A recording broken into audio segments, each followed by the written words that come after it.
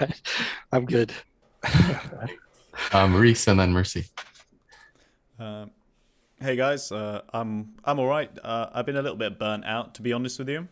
I thought after the whole Catalyst campaign had finished, I thought, oh, you know what? I'll just kind of relax a little bit and take some time for myself. But I haven't really stopped. So I think the last couple of days I've just really hit a bit of a wall. So I've been taking it a little bit easier, and I'm feeling a bit better now. But yeah, it's been very slow the last kind of couple of days for me. Thanks, Rhys. Mercy and then Harris. Yeah, I really hear where Rhys is coming from. I had that period, but I think I am feeling energized again. It's always an ebb and a flow, right? So yeah, happy to be here and happy for the future. Harris and then Nadia.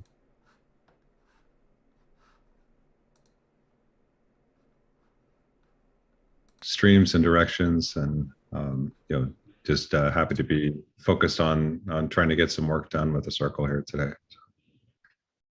Nice, thanks, Harris. Nadia and then Dimitri. Yeah, I guess I'll just, can you hear me? Yep. Okay.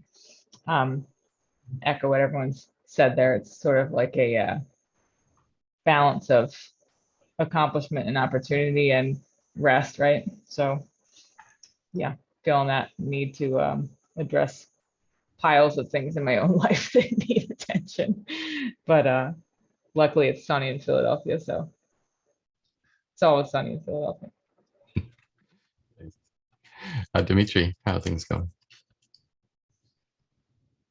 It's going all right, managing so far. So glad to be here, another meeting. All right, thanks. JP, if you're able to, how are you doing? You can just give us a thumbs up emoji if that's most convenient. All right. Sorry.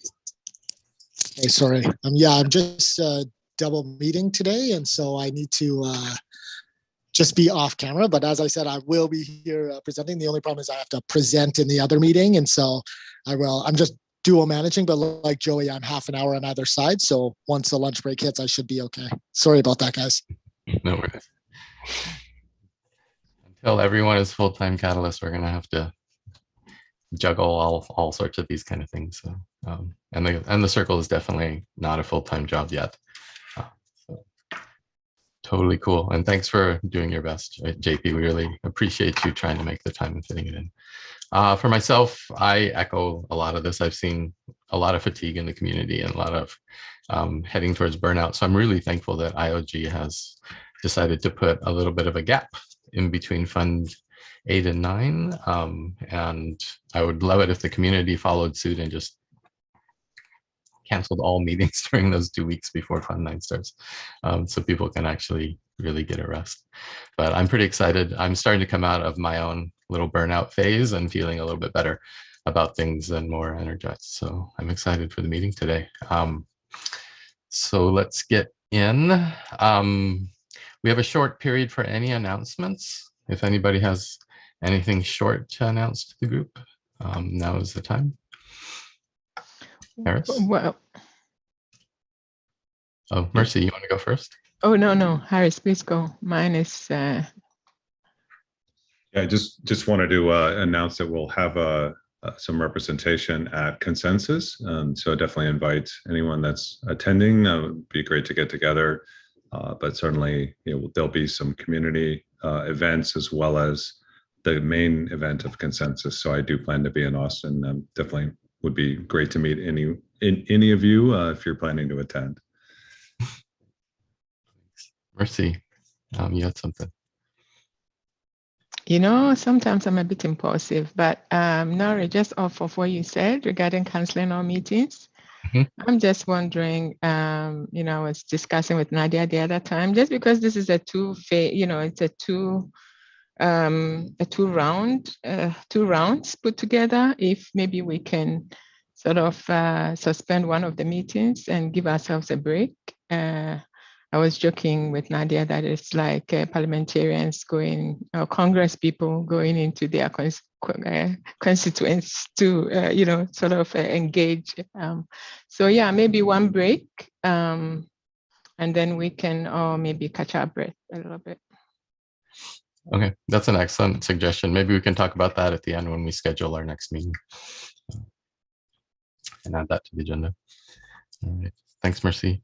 Any other announcements before we jump into the agenda?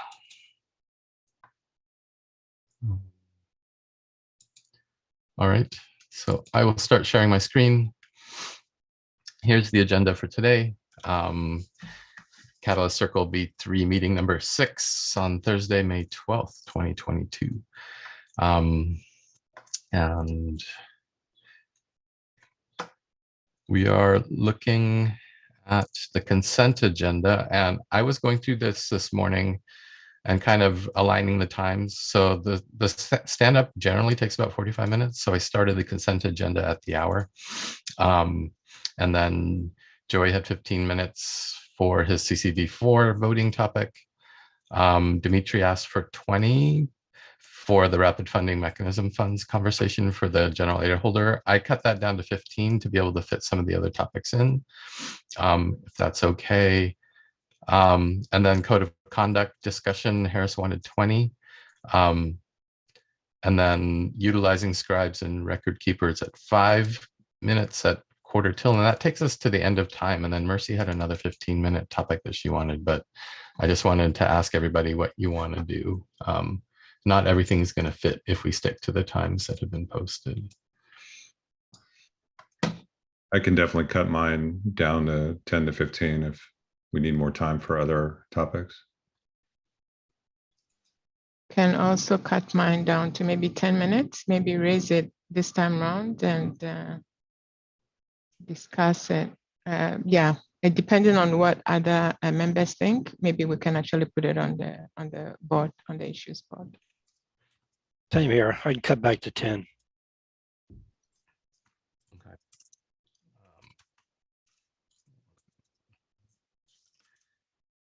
I'm gonna have to work backwards here.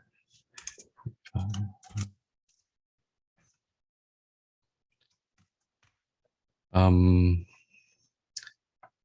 Joey's down to 10, then this can start at 10 after. And if we keep that to 15.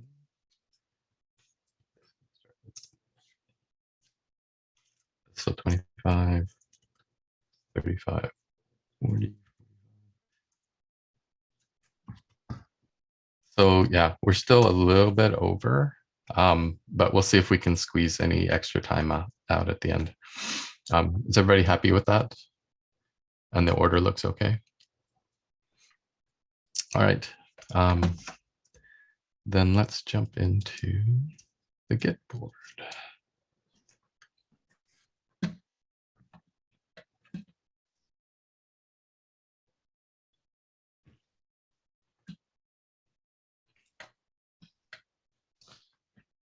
All right, this is the prioritized problems board where the circle tracks all of our ongoing issues and sense problems. We'll start with the unassigned column to see if there's anything that isn't assigned to anybody yet.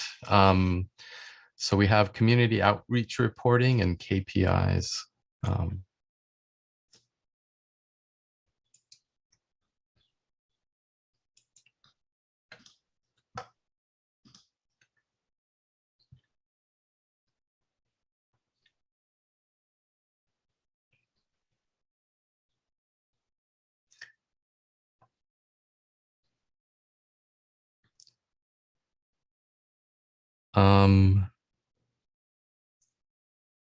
I'm not actually sure the provenance of this. It shows me, but I'm pretty sure I didn't put this in here.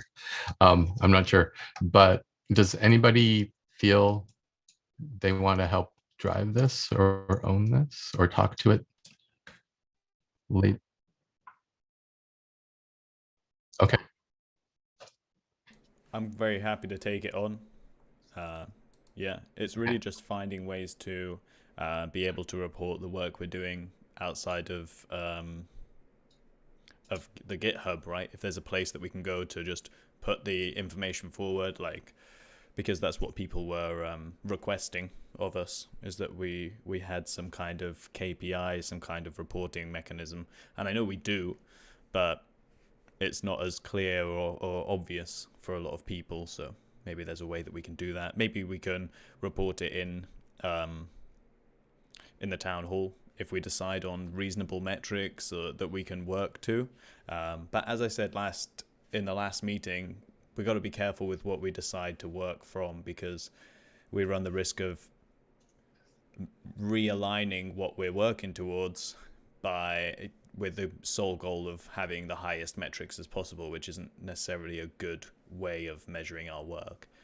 Right. Yeah. So however we decide to do it, I'm happy to work with anyone else who wants to get involved with that as well. Okay. Rhys, I think this also had to do with, we talked about the marketing, the circle, and we were going to reach out to that one gentleman, maybe. Was that part of this as well? Oh, yeah. Sim.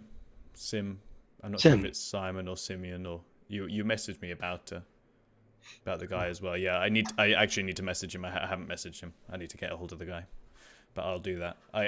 You did send me his information on Discord, so I should be able to grab hold of him. I just I saw the message and then just haven't taken any action on it. Sorry about that. It's all right. Thanks. And then we have faster funding for Catalyst projects. Can I have one more point? So in terms of like what each of us, our roles are, I think some of that's defined in some of that initial description when you're actually going through the process of nomination in that process. So I don't know if that's helpful, Rhys, in terms of an original definition of what each of us do in each capacity. So I don't know if that's something you're familiar with. I just wanted to confirm that document does exist. Yeah, no, I know what you're referring to. It isn't really that. It's about being able to provide feedback to the community, because from the space that we had with Dumpling, people were asking like where the evidence of our work is, and obviously we can refer to GitHub, but they said what were the metrics we were working to, what was this, what was that, and yeah. So if we can just find a way to satisfy those kind of idea or those questions, or yeah, then it would just be a good way to report to the community. Okay. So I put a link to it's the nomination criteria, but I hear what you're saying.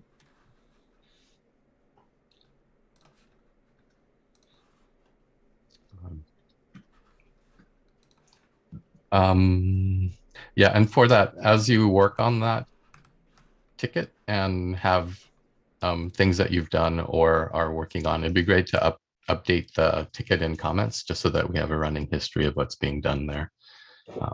And you kind of use that, so because the community is looking at the prioritized problem board, and without having to watch this meeting, it'd be nice to just get some of those updates there too. The next one we have is faster funding for Catalyst projects. Is this at a point where we want to assign somebody to it? It says setting up a challenge team to submit a rapid funding mechanism challenge and project. Catalyst Fund 6. It looks like it may be a rather old ticket, actually. I think that was done, yeah.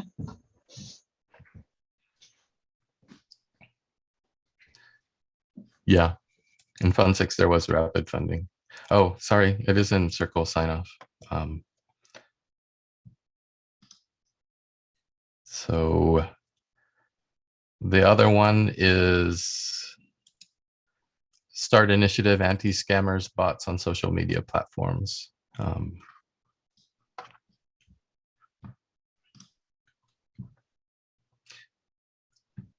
This seems similar to another one, but oh, I'm starting to remember now. Last meeting we moved this back to the backlog and unassigned Dimitri just because it's not a prioritized problem. Is that That's right. Yeah, okay.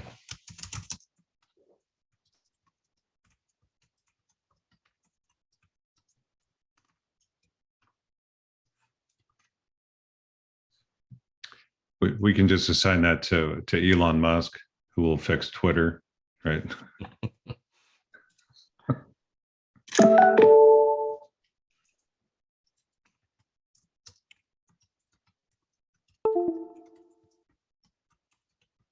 just gonna add this comment so that it doesn't pop up every week as a question. All right, so that's the unassigned backlog. Should we sunset that one then? Is it something that the circle will never work on? Or do we keep it unassigned until we're ready? It's very broad in scope, so I just don't know if there's something we can actually take as an actionable piece of this. Okay. Yeah, and I think, again, there were some previous proposals out on that. I'm not sure if they were funded or not, but it'll be interesting to go back and just see if they were funded. Do we want to take that action before we close it, or link to those proposals? Sure. Does somebody want to do that? I really don't want to do it, but if you want me to, I will. Okay. I guess too, there's a question of like, and I don't know what the answer to this is, kind of goes more broadly to the code of conduct stuff, but there probably is some space for discussion on like, I guess the word that I would use would be moderation of the platforms where they're sort of more official Catalyst related ones, but I guess each one sort of does that. So the actual statement is anti-scammer bots on social media platforms. So this is not like necessarily the channels, preventing bad user experience for newcomers. I think there's legitimacy to that in terms of making sure that the channels where people come to work together are places that people don't have to feel threatened, I guess is maybe a strong word for it, but at least antagonized. That said, I think if it were going to become a prioritized problem and we're going to think about it, I don't know what the approach to that would be, but I think that there is some issue of a problem in there. Good, Harris. Thank you for rescuing me from my wandering around thinking. I appreciate it. No worries. Yeah, so there's certainly places that are official, and there's also community-driven places that exist, right? So, I think we should set some kind of policy in terms of any channel that is created, that there would be moderation that goes with it, and an initial acceptance to jump into that, kind of like we see in Discord and different places where it's like, hey, okay, you must abide by these rules, and then make sure that we have somebody assigned to actually do the moderation. Some of those are IOG started sort of channels, but then there's other channels that gets created, and then then it's sort of Wild West. And so I don't know if we just implement a policy that says, hey, if you're going to start your own little dialogue channel, that you have moderation that goes with it. Mm-hmm. And the linked document seems to have a pretty well stated problem statement around scams and people losing ADA due to them and having a bad experience. And it has some success criteria outlined, which involves Fund 7 and 8 for having some challenge settings to have some community focus on that to prevent scams. So maybe, Joey, you said there were some proposals that got funded and all that. So maybe if we just check and validate that this was achieved, that we can close it out, at least for the scamming part. Yeah, I'm not sure if they were funded, but I'll go back and check. So, I mean, it may be as simple as all DMs are scams. Pin that to every social media channel. But yeah, I mean, it's definitely a rampant issue. So it is a problem generally across the industry. Mm-hmm.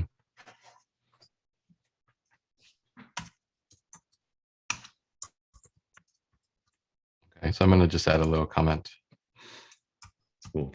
Thank you, Joey, for picking that up.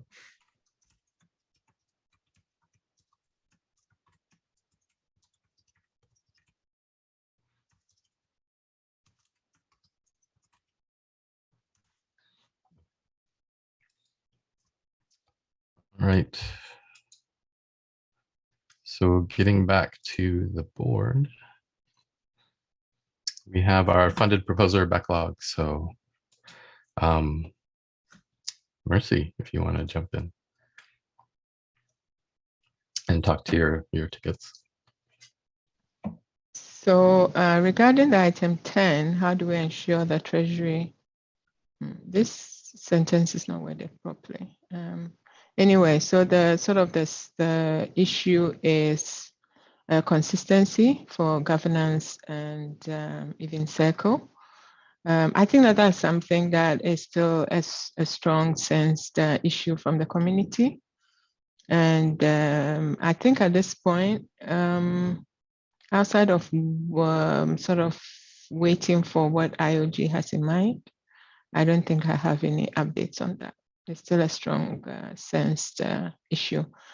I know that there was a CIP in progress, but maybe Harris can speak to that, once we get there. The second issue, I believe, is so 11 is achieving clarification on the exact timing of release of funds each month for funded proposals. So that's work that is far advanced. I think right now it's sort of, it's almost a pilot because I think there is a tentative second Monday of the month. It did work out we are in May, right? So it did work out in May. And I know that Danny has said in various platforms that they are sort of working on it to get a regular calendar out. So that is good. And then the next issue. Is there anything that's remaining to be done before we can close this out, or is there? Oh, thanks. Yes, so going forward, so the whole idea was that once Danny and Marek, decide on a fairly consistent calendar, what we'll do is that we will provide a one-pager, let everybody know, try and communicate it as widely as possible to the funded proposers. And, like it's a benefit and responsibility thing, right? So in as much as IOG is trying to be consistent with the time that the funds are released, the funded proposers also need to, sort of, to the best ability possible to abide by the deadlines for submitting reports and such. So yeah, there is still a little bit of work to be done, but right now, just waiting to get a calendar because we want to put all the information together instead of sending it out piecemeal. Just to kind of reply a little bit to that. So by calendar, you're referring to just a consistent date, or is this a fund by fund calendar?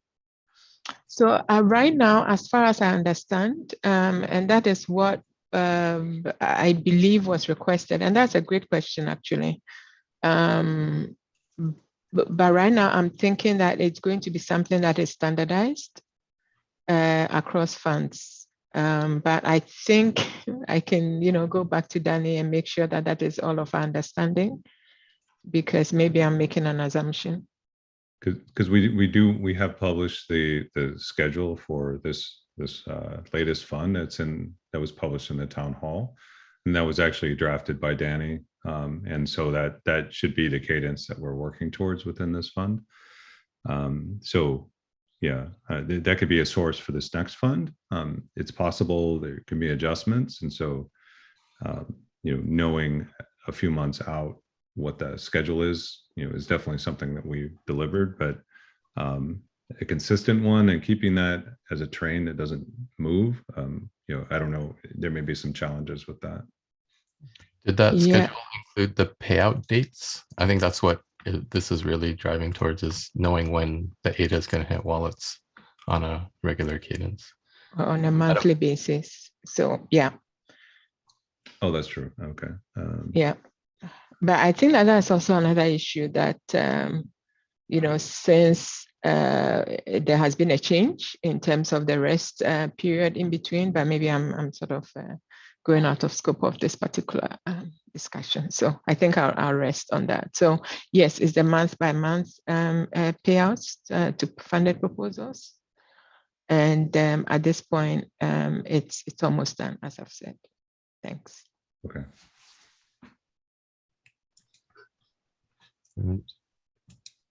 And then the proposal group and the proposal process lack of official. Yes. So this is still an ongoing issue. And I think that, the agenda item that I have put for later discussion might actually also help to cover this issue. I don't know, and I think that Harris is a part of this as well. Oh, and almost everybody, and Nadia, and yeah. So I think that at this point I will rest it and then maybe discuss it a bit more when we get to the agenda items.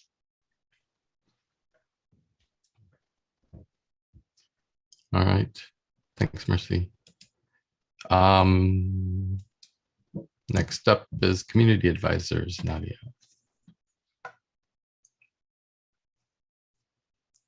Okay, great.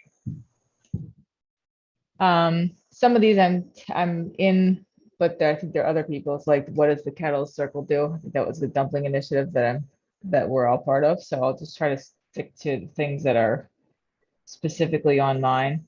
I reported last time that we had the process in motion for some of these, and to be honest, we're probably like in the last stretch of me having updates for them. So I don't have a whole lot new to report here or anything to shift. I mentioned last time that we were having the VCA process, resolution process happen. That happened over the last week, which was actually extremely fantastic. To see how everyone came and respectfully addressed these issues that they found, and used the data to make points and made recommendations for improvements to that process for the future funds. So I'm going to update. We're still sort of finalizing what the outcomes will be. So once I have that, I'm going to update that as part of the former VCA one that we have closed, as we talked about. And the prioritizing of these fund 8 cents issues is happening right now. So I don't think that needs to move from where it is. We'll have some more updates once we get to the voting has happened on this. So now that the voting has happened, we're choosing which ones will become prioritized problems and receive working groups. So that's underway. And let me see if there's anything else I would speak to here.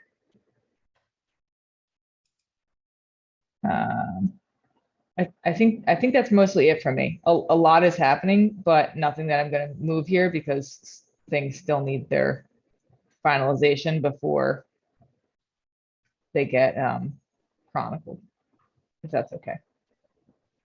Yep. And just looking at the card, there's no real commentary on this card yet. So if you can put updates there as well, that would be really amazing. Yep, I'm planning to do that sort of all at once here, once we have a definitive thing to put there. JP, your hand is up. Yeah, hi guys, sorry, just to jump in, kind of a helicopter. I just want to flag for everyone that what we are doing what I'm going to be doing on the admin side is, as I go through this agenda and we have these action items that I'm listed, I'm going to be putting them into GitHub. And then I'm going to be tracking them. So I'll be following up with you via Slack on the action items to prompt you for the week, including updating the tickets for which they're responsive. So that's something that we're going to implement to help keep everyone on track and to help the cards get filled out and improve our documentation. So I'm happy to answer any questions or talk more if people have any. Thanks, JP. Joey. Yeah, basically, just really a question for Harris. So Nadia's gone through the process, right? She's sensed, she's organized, she got people together, they've collected information, they've analyzed it. So what is the final step for her to take? How can she present that to IOG to actually have any of those new ideas implemented? I'll just like jump in there and say that is happening for some of these initial suggestions. So you know, Mercy and Danny and some of the team and I met last week just to start. We're just starting the discovery of what's possible based on those things, so we don't start working too far in any direction on them. So that's an initial part of the discussion. It's a little bit of like, here's what's come up. Here's some of the suggestions. Which of these suggestions are feasible short term, and so that's starting to happen. But I think with where we are in the fund, it's probably like we'll gear up a little bit more once the button is put on fund aid a little bit more this week. Well, I was listening to some of that during the CA meeting, and it sounded as though Danny needed something in a certain format or certain way to present it so that people on the other side, on the IOG side, would actually sit down and consider it. I don't know. Maybe I misinterpreted. For the VCA process, you mean? Yeah. That is the case. So following the VCA, we had 6 petitions for the VCA process. So 6 different cases were raised. Those cases were heard across the week last week, 4 of them in the after town hall and 2 of them on Saturday the 7th. The group came together, the data was raised, people were able to respond. So we followed a process there, which had been outlined prior in order to resolve. And then votes were cast. And now it is there's a diverse number of different issues. Some of them are straightforward, which were reward slashing issues, which is what we anticipated using that process for. But some of them had to do with other things like process related things like the adjustment of rewards, CA rewards. If we found that there was a mistake in the system or the opportunity to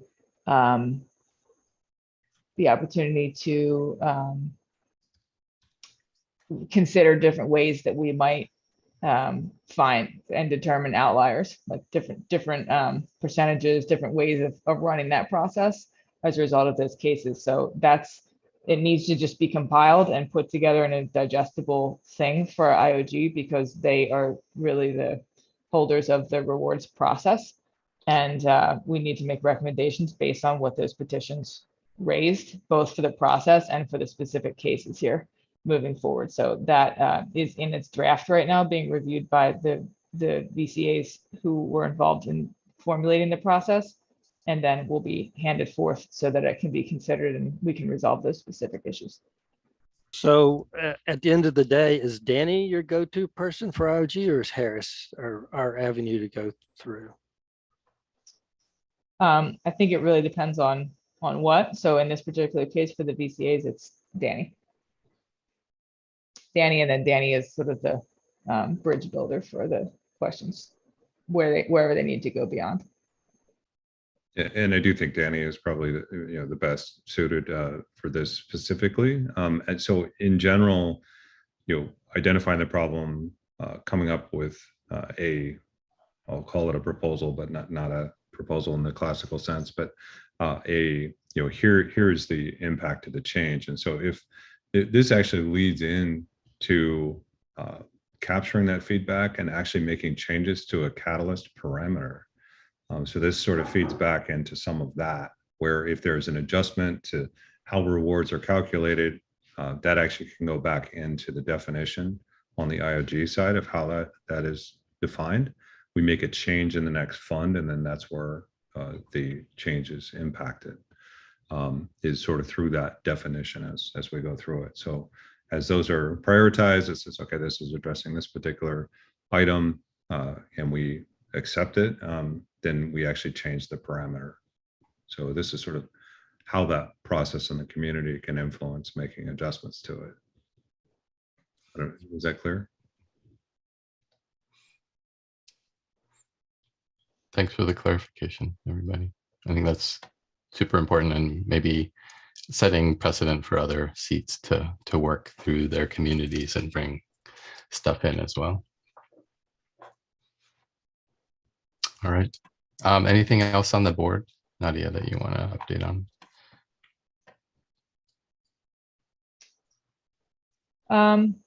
No, I don't think so. I really take I take JP's point to heart. I think we do. It is good to maybe the question then is how much additional commentary is too much, right? So you could give a step-by-step of every single thing, or you could do it at certain key points, like when you're moving them across the board. So maybe that's a conversation even for the prioritized problem subgroup to talk about a little bit, because you want to have enough on here that we have institutional knowledge and historical record keeping, but also not so much that you have to read a lot of sort of monotonous, first we did this and then we did this and then we did this and then we did this kind of stuff. So yeah, but I'll make sure that these are, everything should be resolved by our next meeting. So I'll make sure that I have that updated, and maybe it can be an example of, is this good or not good? Okay. Thanks. Amazing. JP, your hand is still up, or is it up a second time? I just wanted to check before we move on. Residual hand. Okay. I'll lower it. Or you did. Okay. Next is Dimitri for the general voters.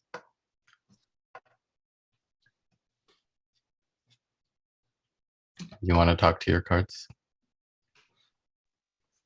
Yeah. We are talking about what's on the consent agenda. Is that right? No, we're talking about what's on the prioritized problem board that I'm sharing. Okay, so one of the ones that we had was the I can't see. Yeah, one of the ones we had last week, where it was the anti-scam one that was moved out. The professional consideration one, we closed it off last time. And the listening culture one, we haven't, I suppose the code of conduct and all that is part of that process. But other than that, on the listening culture, we haven't really gone into it and had a detailed discussion as to how to implement whatever we decide at a high level. So that's something that we need to look at, because that was something we discussed both last time, and I think it was initiated the time before that. So we looked at it on both those occasions, but we haven't really got into the nitty-gritty of exactly what we want to do to make it practical. I mean, since I've been in spaces and whatnot, I see that people are listening better than they were at the time this issue was raised. They have kind of got a sense more of what the circle is about, what we do, what we don't do, what are the boundaries of our powers or whatever. I mean, not powers, but what our actionable stuff that we can do and what we are not mandated to do or not, empowered to do, kind of. So in that sense, people are becoming little by little more aware. So people are listening, but the issues raised in this listening culture, at least what I went into great detail, was more of a general sense of courteousness, which has been prevalent that I have seen so far over the last 2 weeks in my experience in various Twitter spaces and whatnot. So it's good. I would say it's good. But the details raised in that para itself, we could get into detail and maybe form some actions that will be something worth taking up in the near future. Okay, this is one of those cards that doesn't really have a clear definition of what success looks like. And we have yourself, Rhys, and Joey assigned to it. Maybe some next steps would be to clarify what success would look like and how we can get there, just to make it so it's not one of those cards, because it's been here since a previous circle. So I see Kenrick and Stephen commenting. So it'd be nice to drive towards a pathway to completing it, just so that we can show the community that we have a concrete objective and here are the steps we're doing. Joey, your hand is up. Yeah, so looking back, of course, this originally started because there was no place like Discord, et cetera, for the community to feel like they could just have general discussions, right? So when I went back to look at it, TiVo and Felix, of course, had jumped in and they created a discourse channel. And now, there's many places where people can hold discussions. There's Telegram, there's Discord, there's Twitter. It's, so my feeling is that if the version 1 and version 2 people had a moment to close out these priority boards, that they would have closed this one off, that they did what they had intended to do. Now, again, it's listening is an ongoing thing there's no specific project that we're working on under that, but you can monitor it forever. But there's town halls after town halls. I mean, there's 1,000 places for people to meet now. I think it was not quite just the meeting forums, because those have existed since the beginning. I think it was more around the specific concerns around listening. And I know that Stephen initiated this and had some concerns. Swarm came together and created the listeners. So there was some initiative around that. It may be worthwhile to follow up with those 2 people in groups to see where they're at, and see if there's any kind of, because we do need to close this off if nobody's working on it actively, and actually like create some kind of conditions of, okay, we're done because we achieved this, this, and this, or we still need to do this, this, and this.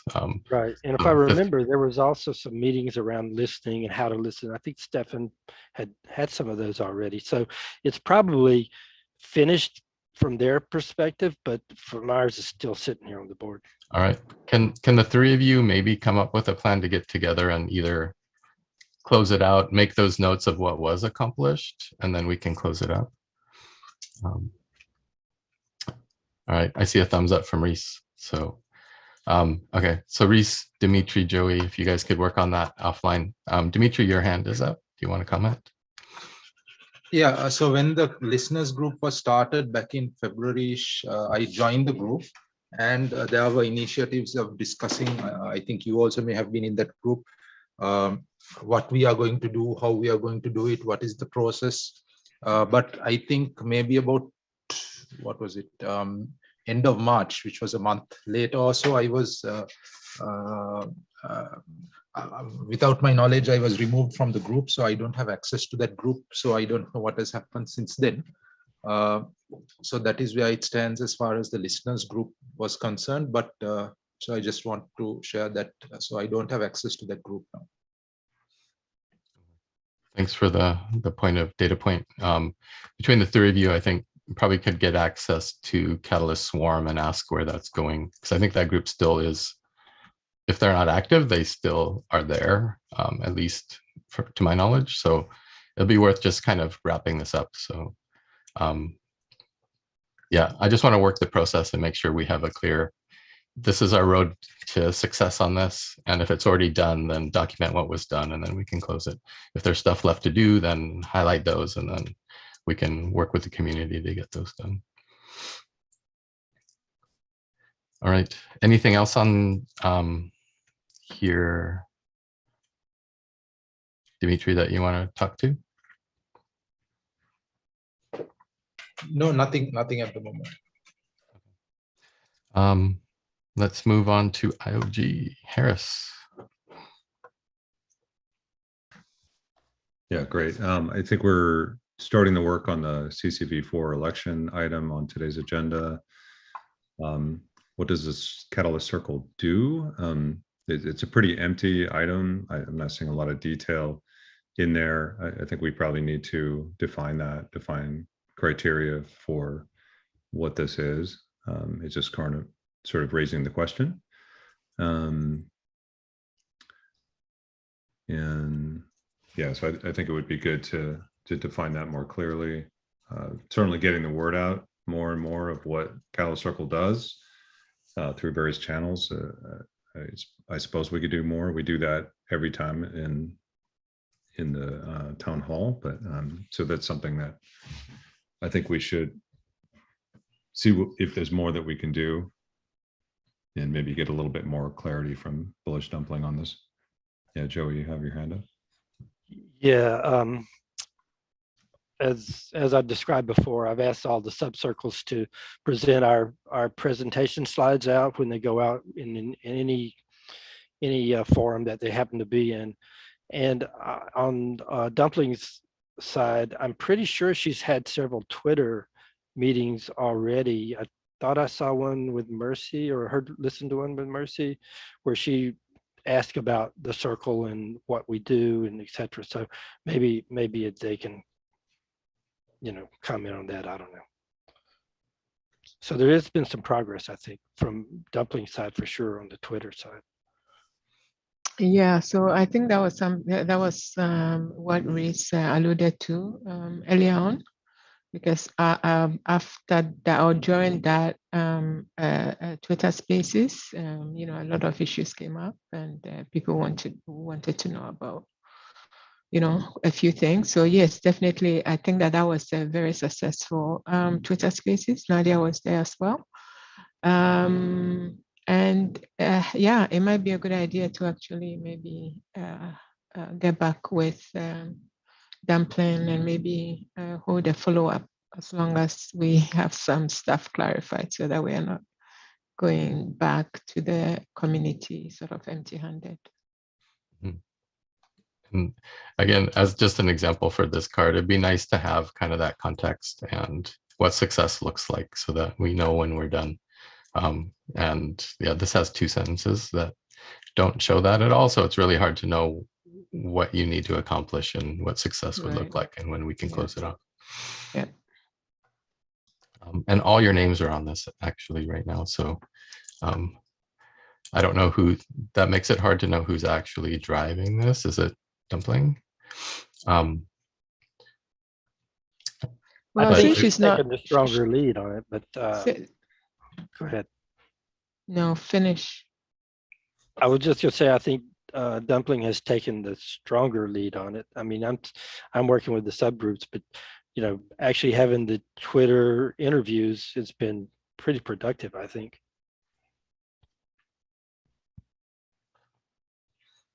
No, I was just going to say that since she's not here, we can actually just assign it to her.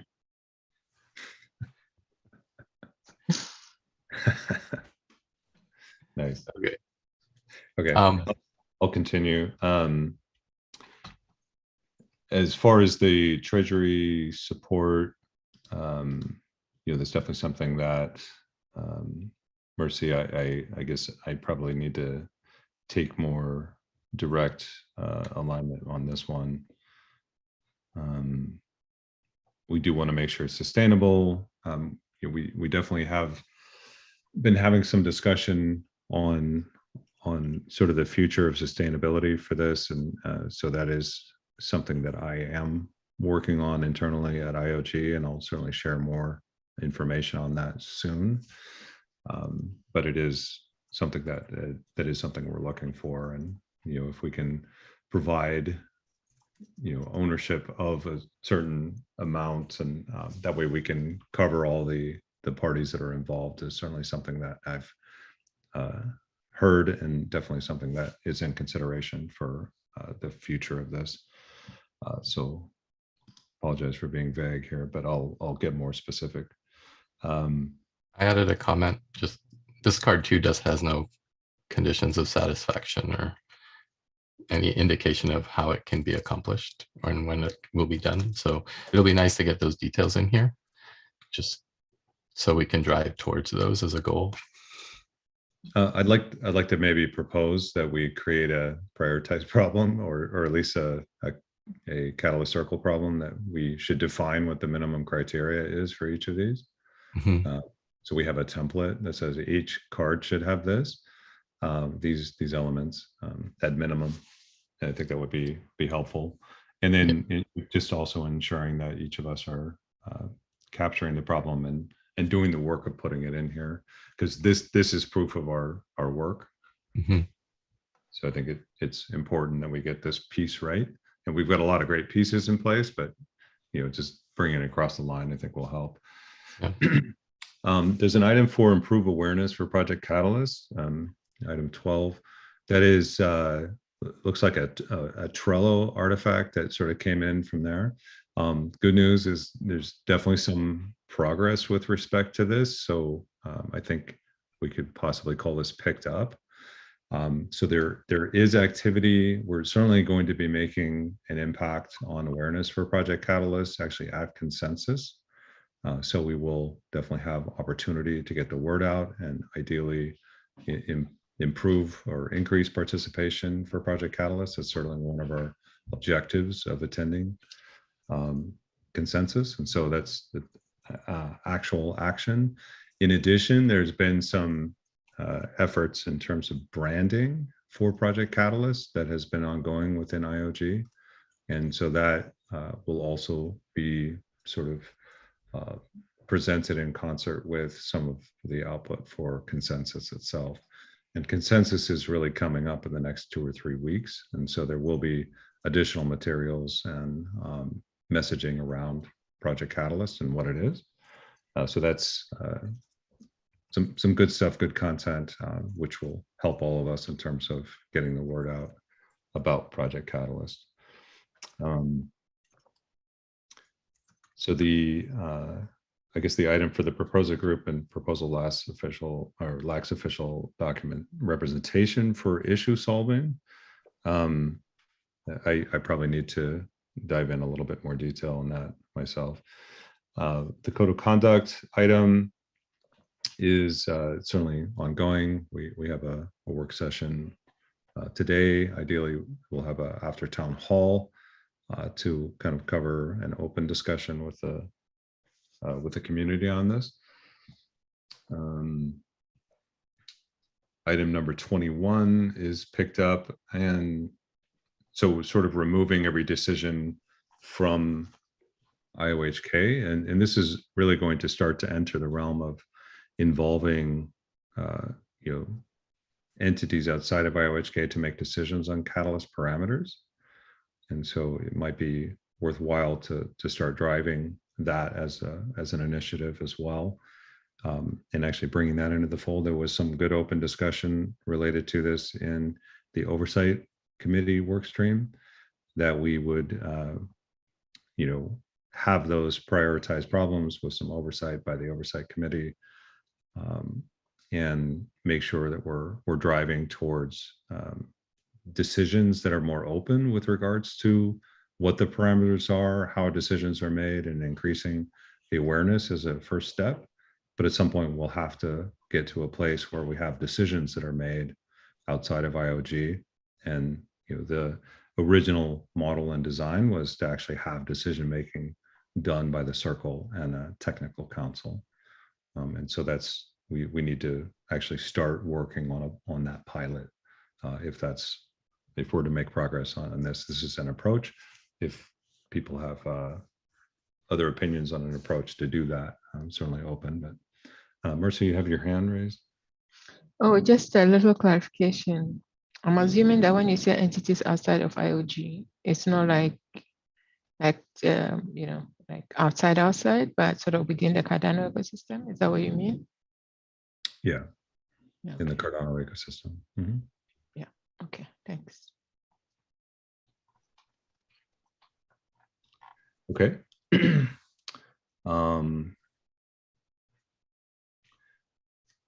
So there is an item for prototyping for 24, lack of onboarding and introduction.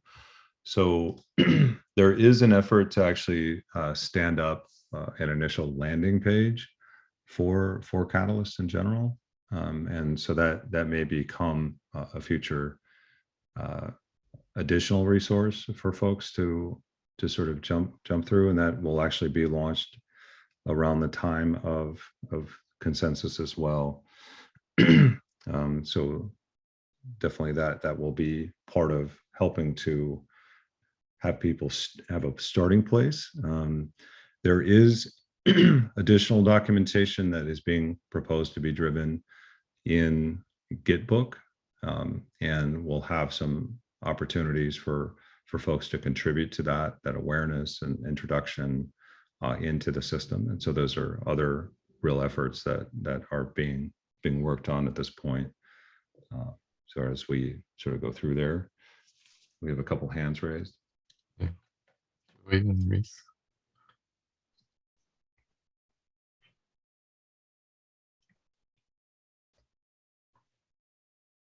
Go ahead, Joey. Okay. You mentioned the landing page. I know I know of 2 for sure, and I think maybe 3 different landing pages are being worked on. Is there a specific landing page that is in addition to those 3 for the community, or? It would be in addition to, which can cross-reference some of these other pages as well. So it will become sort of an initial starting place. Okay, and also I added some comments on the underneath this one. Again, looking back, this had something to do with the previous circles, and since in the beginning, of course, there was hardly any of these systems, but ADA Gov is working on some ecosystem maps, and if Fund 7 Swarm Labs works on some media and marketing. And so Stefan had recommended making the problem more specific and oriented toward deliverables. So I don't know. I guess the landing page would be a good place to start with that. Mhm. Yeah, and certainly we do want to engage in some outreach to AdaGov. So that's certainly on our list of things that we would like to set up some further discussion, and have some additional collaboration with the community on this. Right. I had planned on meeting with them this last Saturday, but I had got the wrong time. So I'll try again this coming Saturday, see if I could get the right time with them. All right, Rhys, you had a comment or a question? Yeah, I think we mentioned last time about the Catalyst School, and I thought I had been added to this, but I haven't for some reason. But I've been working with the guys at Catalyst School, Tivo and everyone else, basically on fleshing out a structure for education and onboarding for people into Catalyst, and kind of aggregating all of the different groups and kind of building essentially mini courses for people to kind of attend at their leisure, to explain and kind of coach people through the various parts and processes in Catalyst. We had a meeting last week, which went really well. I think we spent about an hour and a half, 2 hours on a call, like going through their I can't remember what the mind mapping tool you all uses, but anyway, that. And we worked a lot on the process, on how it should be structured and things like that, and a lot of good work went in. I didn't manage to make the meeting this week, but they had another meeting as well, and there are some items to get on with and kind of assign ourselves tasks. So I don't know if that would be certainly doesn't replace whatever IOG are working on, but it's definitely something that should be involved in this. It should be a part of this, because it is a huge thing that's been being worked on for ages, and we're actually making a bit of headway with it now, which is quite important, right? So I think that can help everyone kind of close this out as well by having this kind of stuff available and known. So Great. I added your name to the issue, Rhys, and then maybe if Harris, Nadia, Joey, and Rhys could get together and work on those, what does success look like, and then we can report on that and close it out when we feel we've achieved it. That would be great. Nadia, your hand's up. Yeah, never mind. It's like not that important. Okay. Anything else here? Well, I will mention definitely some other work that was ongoing. We had a sort of an open data discussion. I don't know exactly where that would fit in here, but certainly having some good open dialogue with the community and members that are actively involved in toolmakers. I was there with a meeting with Joey, and just really trying to have that outreach and engagement and have that open dialogue. So I think that's it from my side.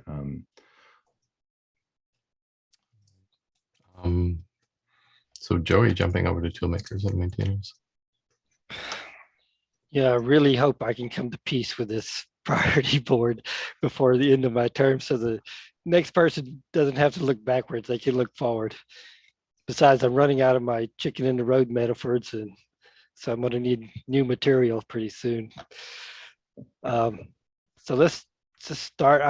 What I did is I went back to something I actually had presented several meetings ago, which was I met with the mentors, and I also had emailed Stefan back and forth, and he had comments on each one of these because a lot of these were inherited.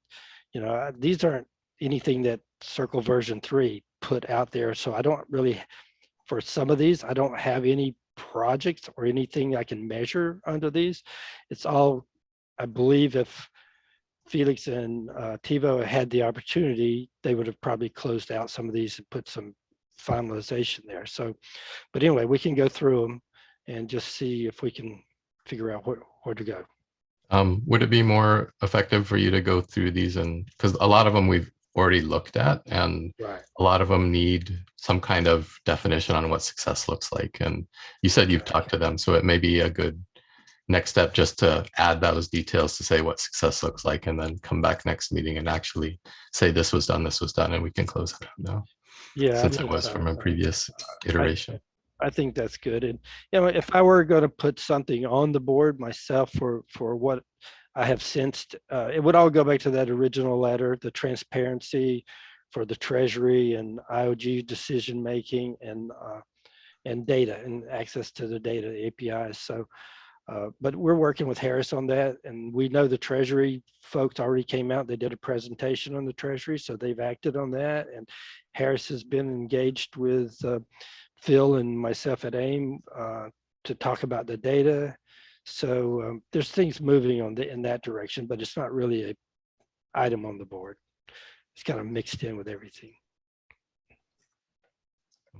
Some of those may be worthy of a prioritized problem if you can couch it as a problem sensed and then activity that happens, just to show that, because at the end of this, we want to show what you actually did on the circle and the impact that was made for the community. And if these things are hiding between the cracks, then that would be a shame to not have that long-term memory of what happened.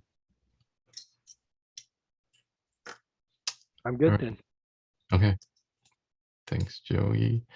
And then Bullish Dumpling is not here today, so we don't have any report from the Cardano Foundation. And we're 8 minutes over time, so let's jump straight in. So I will say that Bullish Dumpling did post some things, I guess, in the channel. I don't know if that covers some of her points, but yeah. So she no. Sorry. She spoke to the items. I have copied her report and put it into the notes version for everyone if they want to see it, and it's also in Slack as well. Perfect. Thank you, JP. So for those of you watching the video, if you want to know the Cardano Foundation representatives updates, refer to the notes. They will be there. All right, jumping into the consent agenda, we have our first topic here from Joy for the CCB4 voting. Guys, we didn't cover my updates, but don't worry, I can quickly talk about them now. It's all right, don't worry. Basically, I had a meeting. Previously, we started setting up this SPO guild, and we were working on a challenge setting for SPOs, basically for business opportunities, support, or whatever during through Catalyst. So we've been working on that. I have drafted like a challenge setting for it, which we'll be submitting for Fund 9. So that's going to be ready in the next couple of weeks after a couple of iterations between the three of us. And then we're going to start onboarding SPOs into that group. So that's one of them. That's the undefined miscellaneous challenge bucket. And then the second one, how to involve SPOs in Catalyst projects. We have, I'm not sure if I've gone completely off topic when I was reporting on this. It seems I have. But basically, we've been, we're putting a website together to help with things like a job board or a way for people to advertise work to SPOs, because that's another issue that's been coming on. And Oh, and the other thing, Becky. So I was supposed to have a breakout room on the SPO call last week, but last minute Becky cancelled it. I think she was ill, so she basically didn't have time to set it up or something. I don't know the exact details. She kind of basically it didn't happen. So hopefully it'll be happening in the next month. It's a little bit frustrating because that would have been a great opportunity, but you know, it is what it is. I've also set up some calls which I haven't reported here with some different groups of SPOs over the next 2 weeks, so I'll be able to report back on that.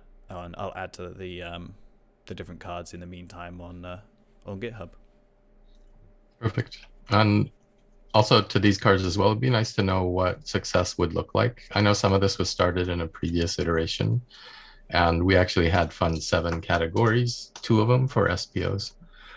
So that might be useful to just capture in here and then work towards anything else that you want to accomplish before calling this card complete.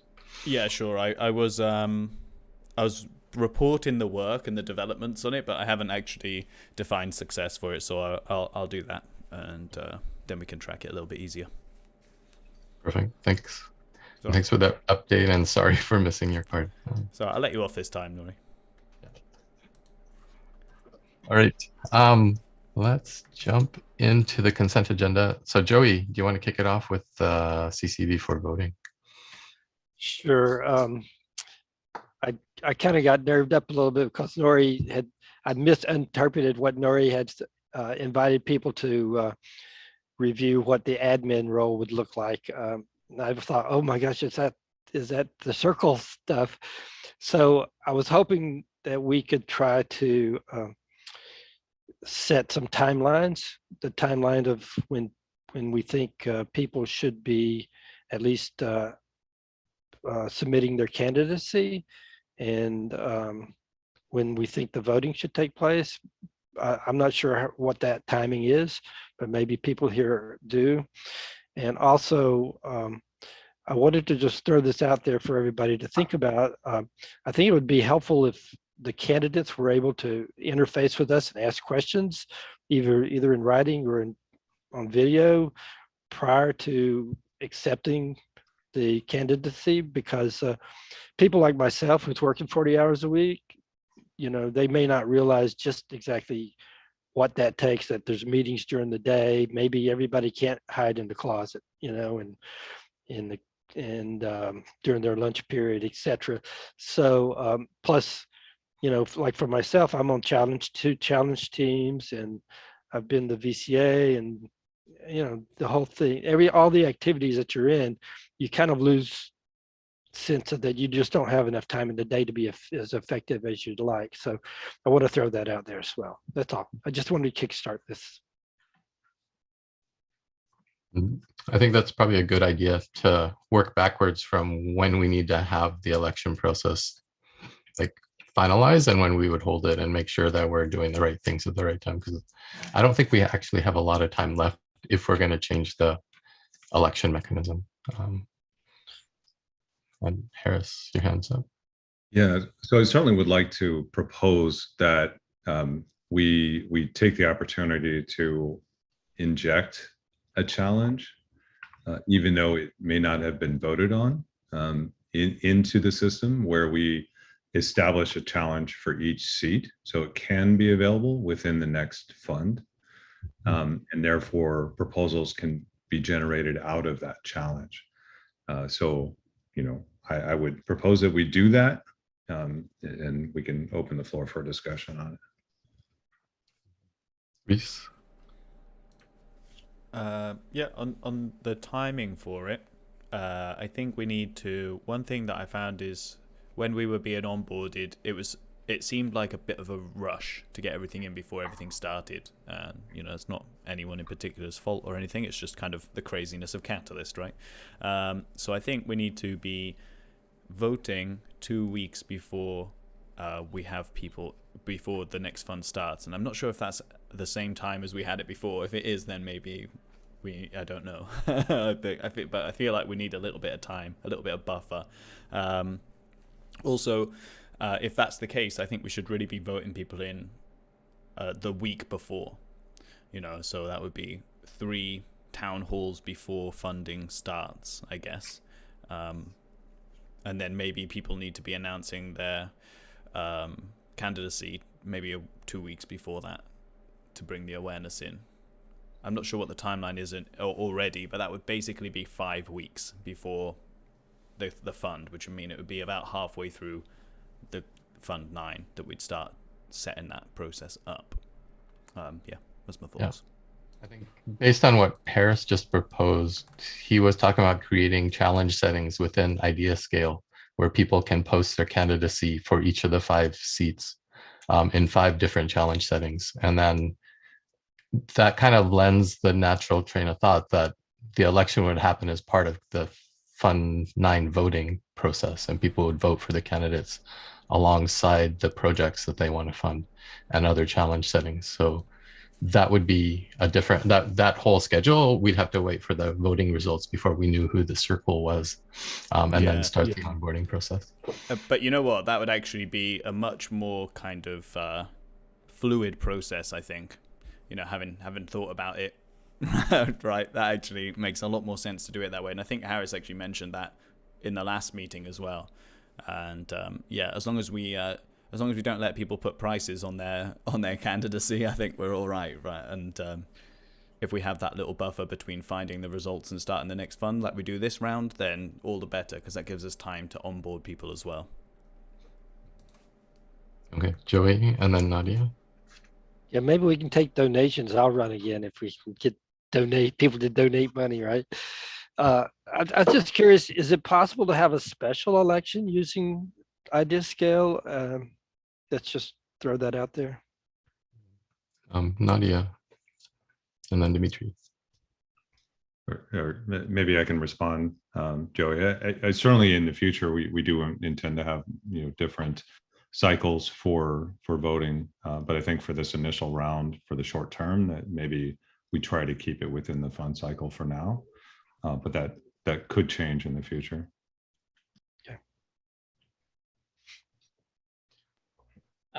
Correct me if I'm missing something, but if we use Idea Scale and the voter tool, so we go through the same way as proposals get voted on, but how do we deal with the 180 to 1 vote versus 1 person to 1 vote thing when we're choosing candidates to be elected?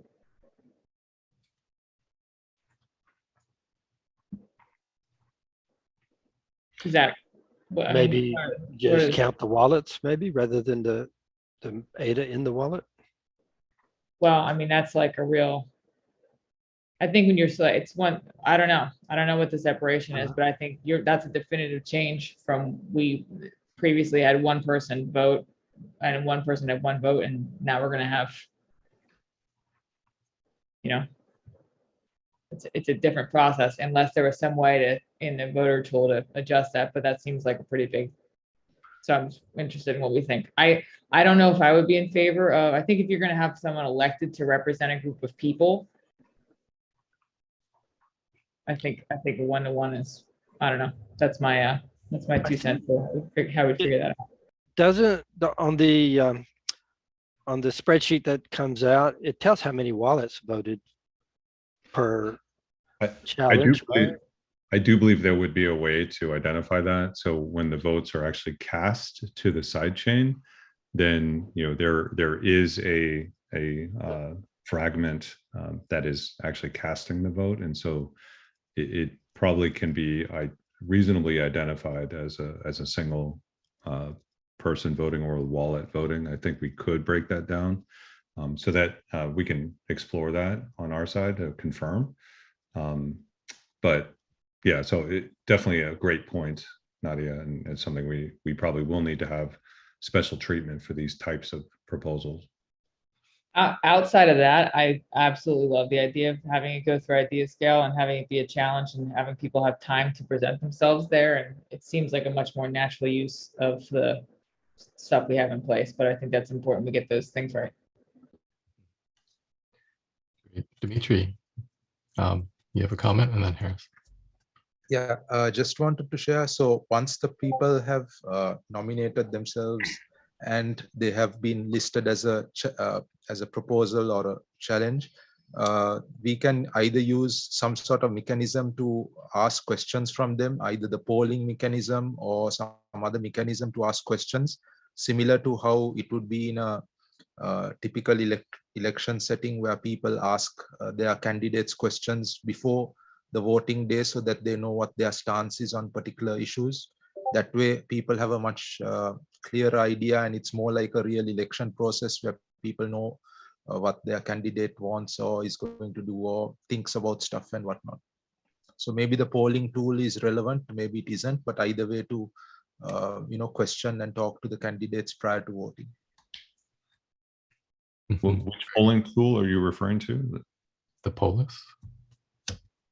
Oh, Yeah, polls. that's I was saying that is if that's relevant, that can be used. Otherwise, some other mechanism for people to ask questions from the candidates so that they can answer it before the voting day.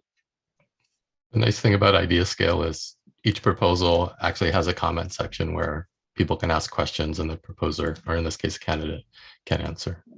So I like the fact that you don't have to build new tooling, and this could just work there for now as an experiment. Yeah. Harris, your hand. So I just wanted to mention, I included in the last town hall, we have the precise schedule of sort of Fund 9. And so, we do need to maybe work backwards, but I think since we are including a buffer time, that there would be ample time between when we see voting results to when the next circle would start. So I think that's already built in, which is really great. And one of the things that I think is in consideration is ensuring that the V4 circle is funded. And so if there is a payout, for that specific role or incentive for that specific role, that will likely need, if we're injecting these challenges, the payment of those individuals would need to be separate. And so that's something, if it already exists, great. And we can put it in as a zero fund challenge. So that I think would be pretty easy. I think where it starts to get contentious is if we are trying to assign a value to that challenge and fund the seat that way. So that would have to be probably in the future. So just to clarify, if we introduce this process, which definitely it seems like we're starting to get some alignment on, as long as we have the right buy-in, we are circumventing a little bit of the process by adding these challenges sort of after deadlines. But if it's zero value, then there should be less contention, I'm hoping. We're way over time for this, so I would suggest we take some of the more detailed conversations into the working session and make it a topic there if we want, or the next meeting. But if Jonathan or Joey have any quick comments, we can take them now. Yep, my comment was only that we would still continue to do governance day and election fest, although we wouldn't be the voting. But to Dimitri's point, we would still provide that venue before the voting for people to come share their platform. People could read in advance and engage with their community. So that still wouldn't go away with this process. Thanks. Very good point. Yeah, And just quickly, I uploaded a copy of that town hall presentation slide with the Fund 9 dates on it. So it's there on that list. Okay, thanks, Joey. I think that's helpful to figure out what our deadlines are and working backwards from there. But it seems like we have a little bit of a direction here. So yeah, I look forward to seeing how it develops. And definitely something we should probably work on offline at a working session or at the next meeting. Let's move on. Dimitri, you're up next with the proposal for use of your rapid funding mechanism funds. Yeah, so I've basically got an idea of how to use this rapid funding. So the first step is there is a survey on governance for Gimba Labs, which was made by Gimba Labs. So to incentivize people for doing that survey, and also where they at the same time they'll get incentivized if they volunteer to say in what capacity they can help involving taking care of newcomers. And so in that context, I have asked the question from the circle, which is your feedback as to how much incentives for filling out the form and how much incentives for mentoring someone. The second point is where I would host Twitter spaces for Project Catalyst proposals that have not got funded or maybe have got funded, and particularly ones relating to general ADA holders. And then come to creation of a Git book and list out all this in the Git book. I mean, as you can see, it's all listed in the detail there. So everybody who's come on the Twitter space and presented their proposal, they will fill out a form giving all the details and create a structure which gathers the data of these projects that have come onto the Twitter space and talked about their project. Also to structure some sort of rules like Dumpling has. And so your feedback as to optimal duration, how many guests, how much time per guest or proposal, getting some idea of what you all think would be optimal. And also, where would it be appropriate to publicize this Twitter space? Is it appropriate to put it on a slide at a town hall meeting, since this is a use of the rapid funding, or to put it in the chat as others do with proposals? Or if neither of these is appropriate, what would be the best way to promote this? I would like to find that out beforehand rather than doing something and then finding out the hard way down the line. The third one I've asked, so then after this is done, we set up the Discord, document the plan, and then Andre and Miro from the Treasury will set up the GitHub and the Git book with Stephen and have a Discord, and then that will couple with the Twitter space so that the ongoing discussion can happen on the Discord. And so the Twitter space will be maybe 2 or 3 times a week, depending on how much time I can put for it.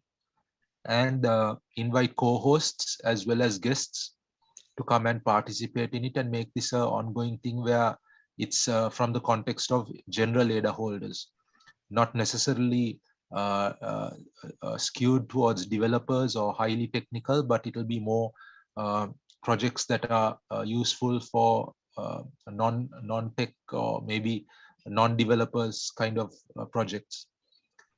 So one of the end results will be we'll have a trove of projects that are getting proposed, presented in this space, and people will be able to interact with the projects. The projects can then talk about their ongoing work. Even the funded projects can talk about their ongoing work and share with the community. And also one of the emphasis will be where the projects that are looking for collaborations will be able to say these are the areas where we need collaborations, and that will become a place where people who are looking to collaborate in different areas who have skills to offer can come and say, yeah, I like to give my skills in this particular area. Are there projects that want to use me, kind of thing? So that's another area where this place might be useful. And so that is the idea that I have. So other than the incentivization, I mean, other than the money going for incentivization, some of the money would go for the Twitter space paying co-hosts and so on.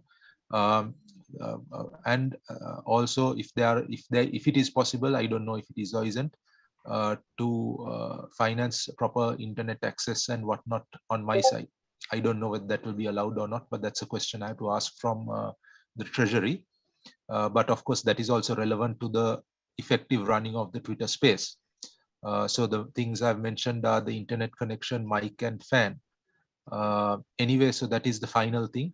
So the idea here is we run Twitter spaces, create knowledge, create collaboration.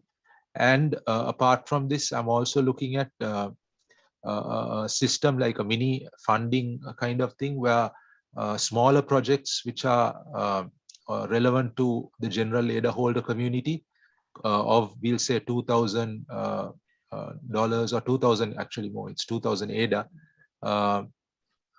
would be able to do some sort of a matching grant where from the $7,000 worth of ADA that I have, where they will put part of the funds and then I match it with some of the funds, and that becomes a project that gets funded. So it's not a fully funded project, but they've got to contribute part of the funds, and from this thing I put part of the funds, and that becomes a funded project with emphasis for projects that deal with generally, I mean, ADA holding community.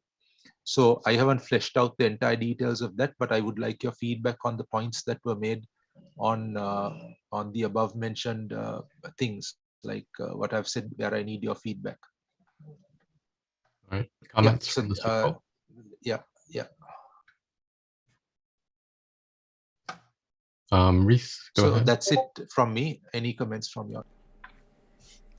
Yeah, I think it's a great idea, Dimitri, but the only thing that would concern me is pulling a crowd. So I feel like to do spaces, for example, to prove your work before you pay yourself for it.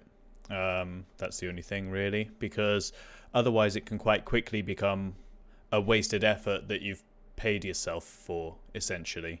You know, so yeah, that's understood. It's a great idea. There is no it's pay. definitely worth doing. The money won't come to me in any case. I mean, the money is always going outside. But I mean, I get your point. So what we want to do is, for internet access, for a mic, for fan, like etc. It's not that that's a bad investment. You know, it's a very good investment. But yeah, like a lot of people are doing this for already. You know, so just to prove your work before you pay yourself for it. That's the only thing I was saying. It's not don't do it. Definitely do it. Okay, got it. Yeah, yeah. It's just that's the only thing that I'd like to see, that it was working before money went that way. That was all. Thanks, Rhys. Nadia. Yeah, just my question will be: have you talked to? There's a group in Gimbal Labs that created this governance survey, and they do have criteria around it and regular meetings. Have you talked with that group about this idea? No, not yet. I got a copy of the survey about 2 days ago, and I'm looking at it first. And I formulated this idea about 2 days ago with Peter as well. And I'm still fleshing it out. And once I get a clear handle of how to proceed on it, then I will talk to the Gimbal Labs people of how best to run the survey, what their objectives are on the survey, and how also to incentivize people for taking the survey. Okay, my comment to you simply is that might not be something that, you know, this is an initiative that they've been working on for a while now. It's been in the works, so perhaps starting there and talking with them about it beforehand, rather than, you know, because it is underway, and it has a lot of contributors to it who are in a channel within there. So you could easily go in there and just share this idea with them and see if it resonates, or if it's you know, how they would want to collaborate too. It's my suggestion. Thanks, Thank you. Harris, and then Mercy. Yeah, Dimitri, I definitely would love to see this as a prioritized problem on the board. So if you're working on solving something specific here, it seems like a reasonable proposal. You know, if you can include the link maybe to the information from Gimbal Labs on governance, I'm curious to see it. But yeah, we should be tracking this as a prioritized problem. Great point, Harris. Thanks. Mercy, and then Joey. You know, very quickly, you know, when the proposal was put in, there were some metrics, and you know, that Dimitri is suggesting, you know, there aren't any like huge red flags. Is there a lot of you know, sort of deep dive, how do we do it kind of thing? You know, none of yeah, so, you know, as a wrap up, I'm just saying that this is a situation that can easily be taken offline, and then maybe do a deep dive and pick it up from there. Thanks, Mercy. Joey, any final comments? Hi, Dimitri. It would just be my advice that anything you do, you want to make sure that there's no implication that you're paying yourself, that it's clearly defined who you're paying and what you're paying for, because, you know, the community would react to that. And I think Rhys was kind of implying that as well. So just be aware of that. If you're going to do these type of proposals, make sure you know you define who's doing the work and who you're paying to do it so that it doesn't look like you're paying yourself. Yeah, of course. Thanks, Joey. And thanks everybody for your comments. The one thing I would toss in would be maybe set up the D work and Discord first, and then maybe you can start to use some of the rapid funding funds as bounties and let the community kind of jump in and assist that way. And that'd be a great way to track progress and how things have been spent as well.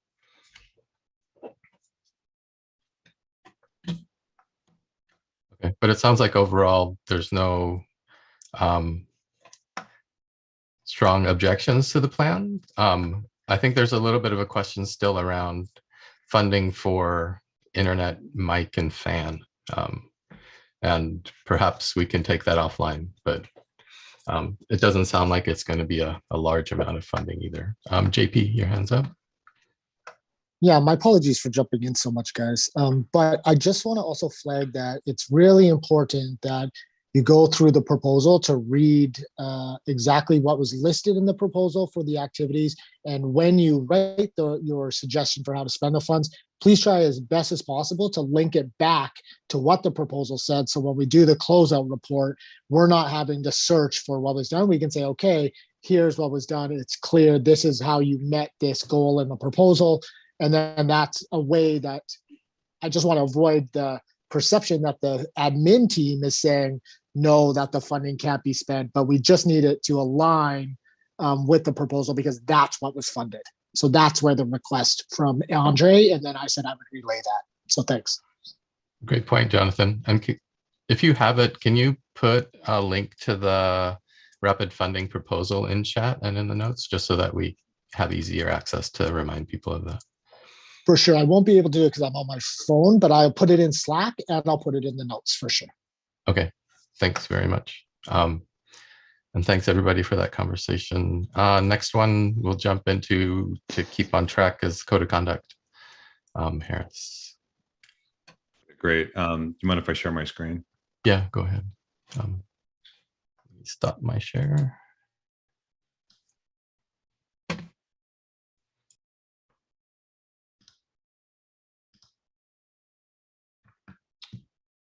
Okay, so hopefully you can see my screen okay. I can make this larger. Can everyone see this all right? Larger would be like really nice. You can make it bigger. Is that okay? Yay, thank you. Okay. So we set out with the intention of processing the data that we actually had. And we tried to set some initial criteria. So I can review some of this criteria. There are a number of items that I've sort of manually reviewed every one of them and tried to categorize sort of based on this criteria. There's a number of items potentially that would be really ripe for discussion that we could take into the after town hall next week. And so, that's sort of my first pass proposal, but I would like to maybe just briefly review the criteria and make sure we have buy-in that it seems reasonable. So let me just highlight that quickly, and then I'll jump into some of the discussion items. I have shared this spreadsheet. I think, Nora, you have edit access, but I believe the circle members now have comment access. So if there's specific items you would like to comment on, then we can do that. I can open it up to more people if we want all of us editing or commenting or categorizing. That's also fine too. But anyway, I just wanted to share where we are and what we have. And the idea is that we would take these items into discussion with after town hall, in addition to maybe reading out some of the results that we have. So the idea is that if there's any of these items that are really split sort of between an agree and disagree, that those are divided and probably require discussion. So I flagged those as divided. There's some items that weren't really relevant to the circle, so those would be not applicable or NA. I've categorized those.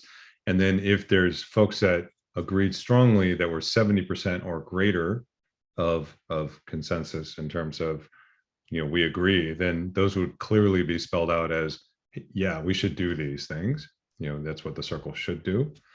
There are some of the questions that are actually tagged as being sort of the negative. The circle shall not do these things. And so that's what I mean by we should do these things, but it's stated in a negative form, so we may have to rewrite it. But anyway, so that just to clarify what I mean by negative. And then there's a list of these items that were clear. We had a dominant disagreement that we should don't do these things. So I definitely tried to interpret the information. So the end goal is that here's the things we should do, and here's the things that don't do. And that would then inform kind of a legal document kind of from this point. And so I'll get into the list here shortly. And then, just stating the range, we have a range of, 40% to, 69% that are potentially questionable. Maybe there's value, but it wasn't meeting the 70% criteria. So, and there's a lot of those. So potentially we would have to discuss each of those or have a breakout session to discuss each of those to align whether it makes sense. Or there were some duplicates which I ended up just flagging as duplicates, so those are in the list if there's ones you agree or disagree. And so that was true if it's in between 40 and 69%. Anything that was less than 39%, or has low votes, we just would dismiss. So that's kind of the criteria that I came into with this. And I'll pause for questions there. Jonathan, you have your hand raised. Okay. All right, cool. Sorry, no worries.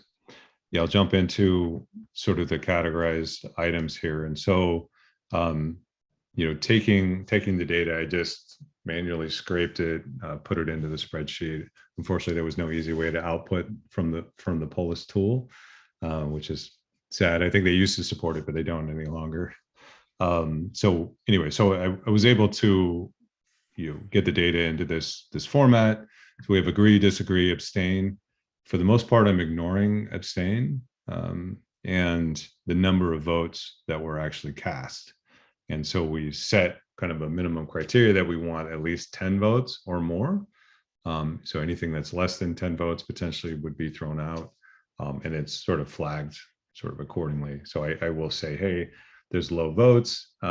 There's a few of these that are low votes that potentially we could discuss in detail and deliberate on. So, but this is a lot of work, right? So we can share the spreadsheet and the results with the community and then bring that into sort of the dialogue and after town hall, which might be an approach that we take. But just to kind of highlight a few of these, so there is one that's equally divided where there's a lot of abstains. So I'm looking at this sort of this third item, 126. Community members do not have the right to attack circle members and call them names. That was divided, that was split. So I would potentially suggest that this is something we discuss.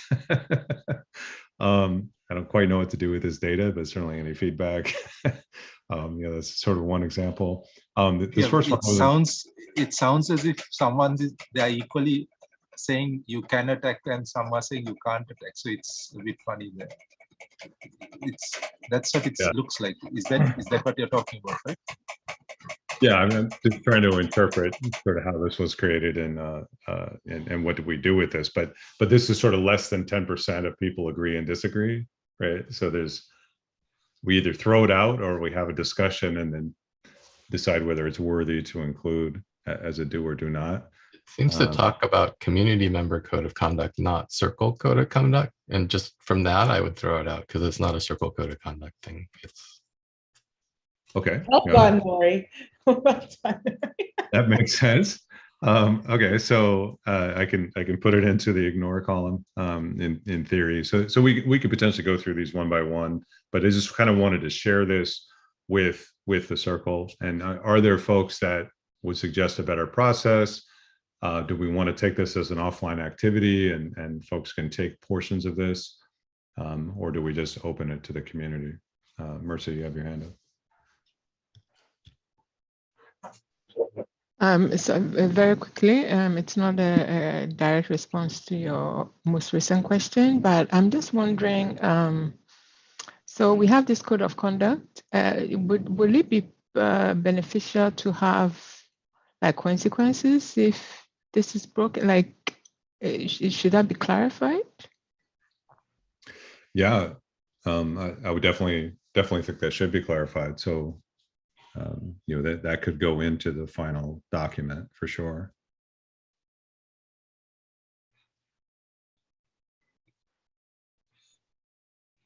Dimitri, your hand's up. Yeah, I said that unless the community also has some sort of a code of conduct, I as a circle member cannot blanket agree to any code of conduct where the community has no boundaries established at the same time. Having been the recipient of a bunch of stuff, I could not agree to a code of conduct where I'm constrained and others are not. So just wanted to share that point. For the general community, we have a code of conduct, right, that applies out, that IOG has set forth. So this is really about circle members, and I don't know if we need to publicize the community code of conduct more, but I believe it exists. Am I wrong? I believe it does exist. I think I've read it. Yeah, it does exist. You know, there are parameters that are defined as part of idea scale. I think there's a general moderators guideline that says, you know, what moderators are entailed to do. But that's typically in the more official Catalyst channels. If there's side discussion or open dialogue on Twitter, it can be very difficult to moderate that or take any specific course of action. And so there will be a limit to where that reach will be held. But I believe, you know, Dimitri, certainly our objective is to try to define what circle members should be doing and not doing. So we do have some clear signals that are here. So there's a list of these things that we should do. We should find more value in listening than talking, is one of the things we should do. We should avoid censorship and leave politics aside. We should engage the community in social media, you know, and these are the things we should do. So these are rather clear signals with enough votes and a high enough agreement that it's clear. You know, these ones, again, are stated in the negative. So Catalyst Circle members should not break any legal laws pertaining to employment. So I guess we should do this. We should not do this activity, but, you know, so that could be rephrased potentially. But anyway, just the fact that it had not, I just called that out as a negative. And then there is a set of don'ts. So we should, Catalyst Circle rep can promote a personal proposal in a circle forum. So we should not do that. And that should become part of the code of conduct. You know, a circle member should not be able to submit an unlimited number of proposals. So we should don't do that, I guess is how I'm trying to say it. And then then in that case, would you say that we should would you say that we should put a number, like say, okay, like less than X or more, not more than Y or whatever, so that it's pretty clear then what is the number that is acceptable? Then that makes it easy. Sure. Yeah, so we can add that as an item to deliberate and discuss, I guess. But again, we want to get an initial frame out, and again, it would become a living document that could be updated over time. So we don't want to take 3 months to get this code of conduct out there, so it is clear. And I totally agree. We should have a consequences section that says, okay, if this happens, then this is the effect of that. And so that we do need to possibly deliberate more on and start to define that. Okay, so I just kind of wanted to share these results, you know, in terms of further categorization and alignment on these things. So there's only a handful of don'ts. There's definitely some, you know, duplicates. There are some with low votes that are less than 10. There very likely are additional duplicates that I haven't caught. So I don't know, Nori, if you have any bandwidth to jump in and maybe take a pass, that would be Yeah. great. I can take a pass, and then maybe we can, as a circle, since everyone has at least comment rights, can go through and comment on your thoughts on each of these. Because we're running out of time in this meeting and we need to move to the last two topics. But for next steps, Harris, what would you like to see? So certainly would love involvement of the circle. I would love support actually for the after town hall next week to conduct that. So anyone here that can join me in that after town hall? Okay. I'll try to be there as well. And Nadia and Dimitri, you have your hand raised, but Yeah, I'll be there. okay. All right. Great. Thank you. So we'll set that after town hall. I'll definitely sort of stage the feedback. And I think we talked about maybe having an open dialogue on what we should and should not do, maybe first, or sort of a hybrid of open dialogue and reviewing this list. Any thoughts on that leading into after town hall? We'll carry that in Slack. Yeah, I like the idea of like presenting data and then letting open discussion happen. I would like to just ask quickly, Harris, should we promote it? I think it would be good if we let people know that we're doing this. So should we provide that document, or should we just say, you know, the data will be revealed at that time and we'll go through it, and you know, so we can let the community know that we're holding this prior to. I know you announced it also, but hopefully some of the channels will let people know and tell them to come. Yeah, we can give you access to anyone with this because it's really the same result that's in the report, which I believe we shared the report link historically. But this is sort of a synthesis of the data. So maybe we should publish this. I think that's great. Cool. Each rep can promote it in their channels to say this is happening at After Town Hall next week. Cool. With the link. That'd be great. So I'll provide that link to the circle and we'll get the word out. Great. All right, Nadia, you want to go to your topic on utilizing scribes and record keepers? Yeah, and it's more just a real quick one, which is that, you know, having finished this first period and moving into the next stretch here, I would like to enlist someone to scribe and compile data in a way that, you know, we have a lot of meetings in our particular group, but also just, you know, there's a lot to document here from this time. And so it was suggested by one of our sub-circle members that we have, that maybe I enlist someone to start, and then there's also a second person, so there's overlap. So on a 6-month term, they could hand off to each other. One scribe would start now.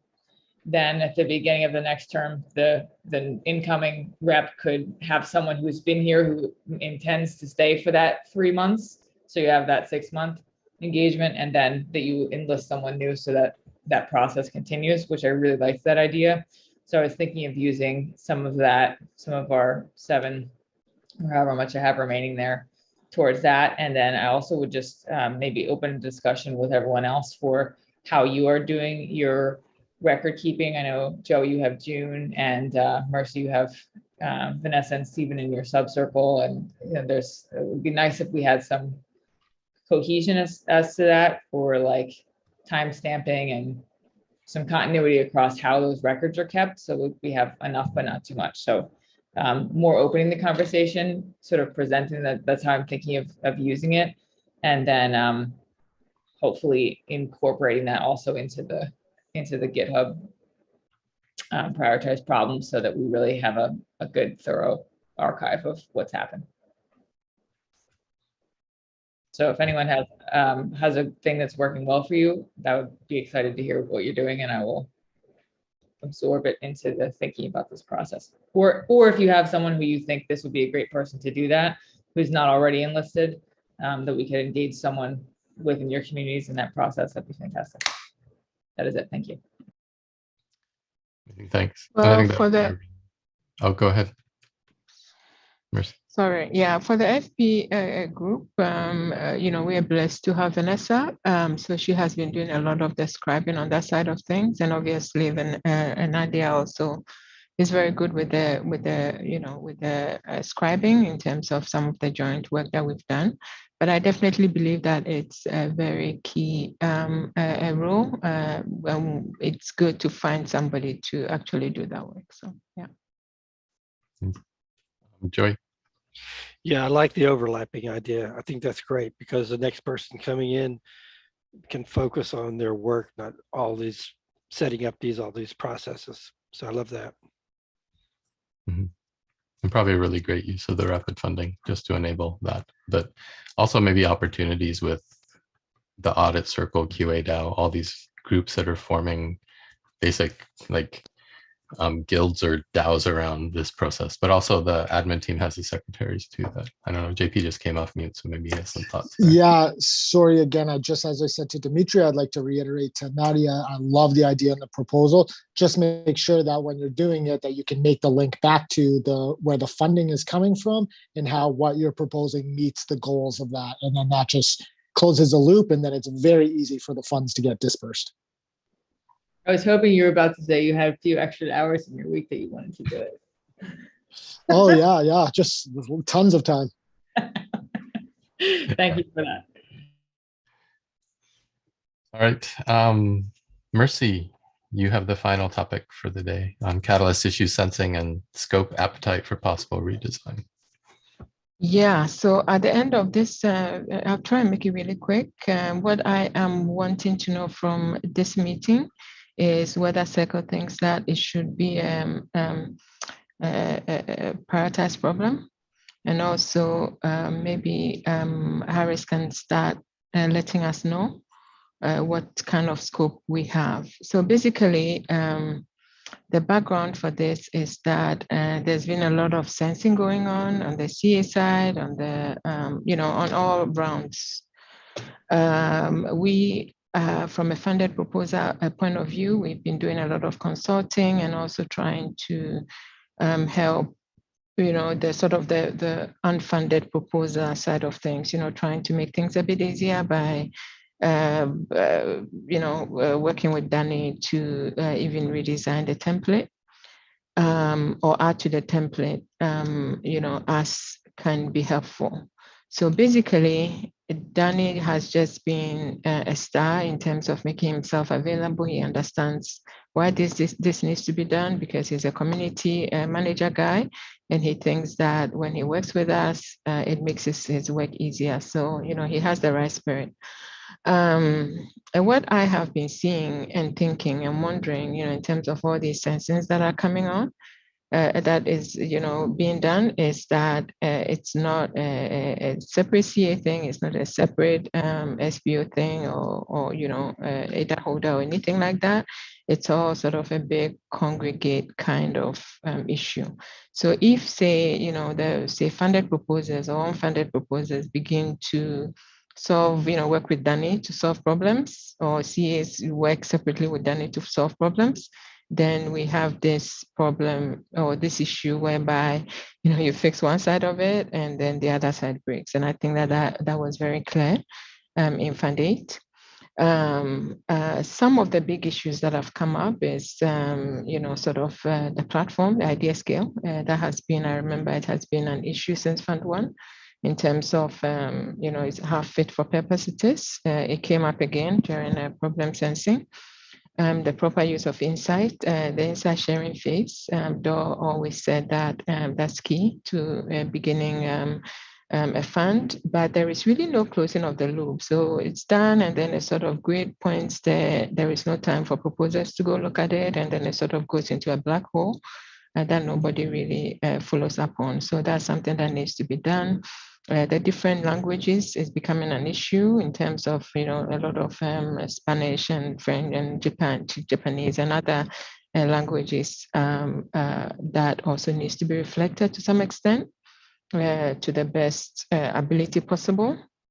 As an issue, there has been discussions about a 2-tier for proposals and a 2-phase for proposals. I'm not going to go into the details of that. Also, the C and the VCA process, we know for Fund 8, there were some big issues there. And then, yeah, there's just, the issue of spam proposals. We know that it's growing in terms of, by Fund 12 or after, if we get a big corporate coming in with lots of people, it will just break the system. So that's another big issue. And also, this whole idea of actually experimenting. Anyway, so I just wanted to throw that out there. There are lots and lots of issues that need to be treated comprehensively. And in the future, I'm actually seeing sort of a multi-group proposal, maybe even for Fund 9 to start tackling these things, as well as inside a circle for it to be monitored V4 ETC. So my first question is that, do we think that this is a great idea? Maybe I think that the first question maybe should go to Rhys, IOG, in terms of what kind of scope, or I would say scope for IOG do we have as a community in terms of actually experimenting and figuring out whether what we currently have is actually working. Just to interrupt, just because we're past the end of the meeting time, and I want to make sure that we have a good discussion. These sound like prioritized problems that should be on the board. And then we can, because the circle is the place where cross-group, multi-group things are raised and discussed and brought to some kind of conclusion with the community. So these sound like they're all things that should be on the board if they're not already. Perfect. So okay, so then we can to record. Yeah, sure. So then I think that we can, in the interest of time. So I'm getting a permission that we'll just put this on the board and then follow up in subsequent meetings, even with regarding the IOG even side of things. I think that's perfect. Then I'll wrap this up. Thanks. Yeah. Okay. Thanks for bringing those up, Mercy. Okay, we're at the end of the meeting time. If Jonathan is still available, can you drop a link to the survey in chat? If you can all fill that out within the next little while, it's super helpful for our reporting, and the feedback for the meetings help us improve that over time as well. So we always appreciate that. And then very quickly, let's just do some closing remarks from Joey and then Harris. All good. I failed to mention that I had set up a Discord channel as well for tool makers and maintainers, and Felix and Tivo and some others have invited me there, and Felix has been great. He jumped in and said, hey, let's put some of this priority board stuff on the board and start working on it together. So hopefully between now and the next meeting, we can get some closure to some of these things. Amazing. Is that open to the public? Can you share that in chat or in Slack so that we can add it to the notes? And yeah, I'll do that. Find their way there. Thanks. All right. I definitely can give an update. Are we meeting at the same time in 2 weeks, or do we need to talk about our next meeting? The proposal was to skip the next one just to follow with the break that IOG is having. I guess, is there anybody opposed to that? So when is the official next meeting then? Let me pull that up. So we would be skipping the 26th, and the next official one would be June 9th. Okay. And then how about working sessions? Are we going to keep that on the calendar? Yeah, they're optional. So if people want to use them, we can, but maybe in line with that, we skip the 26th meeting and the working session on the 2nd, and still meet next week if we want to finish some stuff up. Okay, then I did want to sort of make an announcement, I guess. I am changing my role within IOG a bit, and so I am likely going to be bringing additional IOG people into this seat in the upcoming, within the course of the next few weeks, most likely. So I'll be transitioning into another person that will be taking on the IOG seat since it's appointed, and so I just wanted to make that announcement. And I'll certainly be here to support, and it might become where I'm part of a subcircle of the IOG team. So definitely not losing sight, but I just wanted to sort of share a little bit of that, since we're skipping a whole week, and it may transpire. So there'll be transition. There'll be more than one of us probably in the next meeting then. So just to make that clear. Thanks for that announcement. Yeah, but in general, I thought this was a productive meeting. I think we were able to get through a lot of the items. I'm glad we're focused on the prioritized problems, and I really think that we can continue to make that the source of truth, and our homework is adding to that. So definitely encourage everyone, if you have an issue, don't just put it in the meeting, put it in the board, and then we'll discuss it in the meeting. So cool, thank you. Great. Rhys and then Nadia. Yeah, congratulations, Harris. Best of luck with everything. I look forward to seeing you choose to replace yourself. But yeah, I'm feeling a lot better than I was at the beginning of the call. So thanks, guys. Sometimes just a little bit of people to talk to and a bit of energy helps with that. Yeah, I'm feeling good about all the work we're doing. I feel like I'm really kind of pushing things forward for the SPOs. And yeah, I look forward to catching up with you all on Slack. Nadia, and then Mercy. I'm good. Thanks for keeping it short. Mercy, and then Dimitri.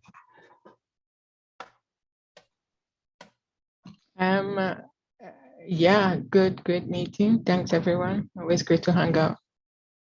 And all the best, Harris. I think we'll miss you. I'm still involved in Catalyst, so I'm just taking a bigger role. Sure. Okay. Thanks, Mercy. Dimitri, how are you doing? Final words. Good meeting, very productive. Awesome. JP, any last words? Yeah, doing good. Appreciate you guys with my disjointedness today, but really love the meetings.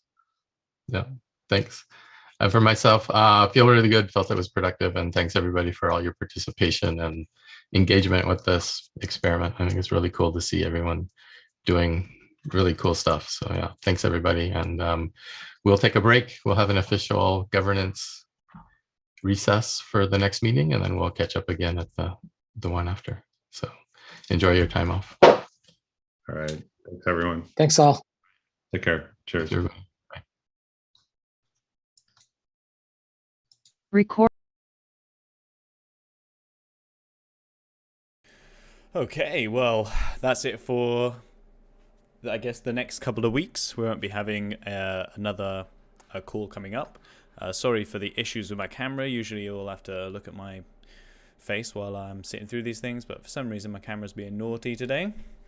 But yeah, thanks to everyone who watches this and pays attention to what the Circle's up to. If you want to reach out to me at all, Twitter is the best place, but you can definitely go and comment on any of the on the GitHub repo. So you can go there to Catalyst Circle, and then prioritize problems as a project in there, and you can add your comments or join in and kind of participate in that conversation at any point. Otherwise, guys, I will catch up with you in the next one.